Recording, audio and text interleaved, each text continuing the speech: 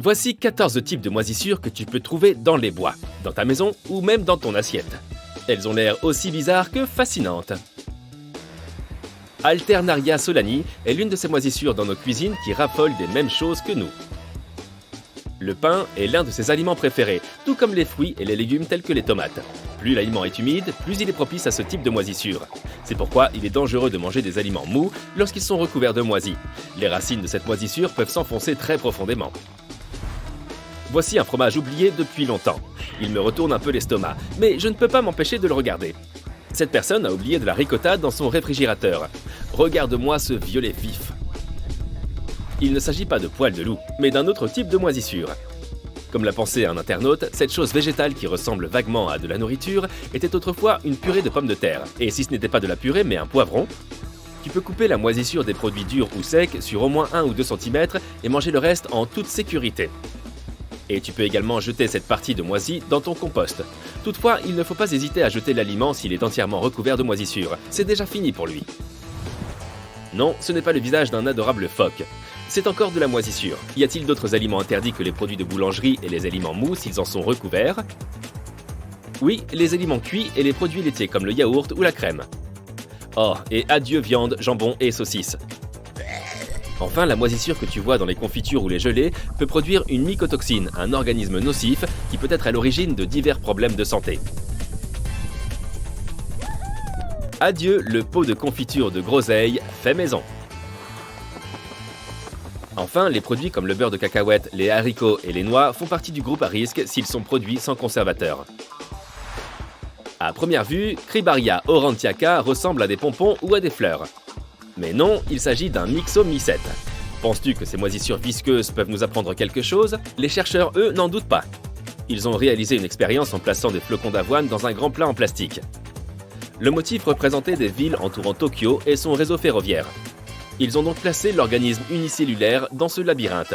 Une fois que la moisissure a commencé à se disperser entre les différentes sources de nourriture, elle s'est déplacée selon un schéma presque identique au réseau ferroviaire réel de Tokyo.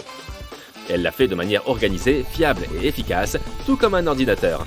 Ces organismes pourraient donc être utiles pour simuler des réseaux au rendement optimal dans le monde réel. Comatrica est la prochaine sur notre liste. Oui, elle ressemble à une brosse à cheveux. Les moisissures ne se contentent pas d'être intéressantes. As-tu déjà entendu parler de la malédiction de la momie? La légende raconte qu'après la découverte de la chambre du pharaon Toutankhamon en 1922 en Égypte, Lord Carnarvon a été l'une des premières personnes à y pénétrer. Il n'a pas vécu bien longtemps après cela. Les gens ont alors cru que des forces surnaturelles l'avaient emporté ou que c'étaient ces moisissures anciennes qui l'avaient infecté. Il est temps de démonter ce mythe, et il est aujourd'hui prouvé que ces histoires ont été fabriquées de toutes pièces. Certes, il faisait partie de l'équipe qui a pénétré dans la chambre, mais aucune des 25 autres personnes qui l'accompagnaient n'a été affectée par cette prétendue moisissure des pharaons. Comatrica nigra ressemble à un pissenlit. Avec son aspect translucide, elle semble venir d'une autre planète. La suivante est Badamia utricularis. À quoi ressemble-t-elle selon toi? Pour moi, on dirait une sorte de nerf-prin à l'envers. Cette créature est surnommée Mold Pig, le cochon à moisi, par nos voisins anglophones. Son nom officiel est Sialomorpha dominicana, et il s'agit d'un être microscopique très ancien, aussi fin qu'un cheveu humain. On parle là d'une nouvelle espèce d'invertébré, à savoir un animal dépourvu de colonne vertébrale. La plupart du temps, cette étrange créature se nourrit justement de moisissures. Devrions-nous examiner quelques types de moisissures domestiques ordinaires? Rhizopus stolonifère, alias la moisissure du pain noir, a l'air si dufteuse. Mais quand même, je ne voudrais pas trouver ça chez moi. Quid de ces aliments bénéfiques qui sont volontairement moisis? Penicillium roqueforti, comme son nom l'indique, est la moisissure du roquefort. Les fromagers ont recours à des souches de moisissure sûres. C'est de là que proviennent les saveurs et les textures uniques des différents fromages, tels que le camembert ou le Stilton. Toutefois, si la moisissure se développe dans du fromage frais ou râpé, il en résultera une détérioration. Et si le fromage est fabriqué à base de moisissure, mais qu'il finit par en incorporer d'autres types, ce n'est pas bon non plus. Penicillium est un genre de moisissure qui compte des centaines d'espèces différentes.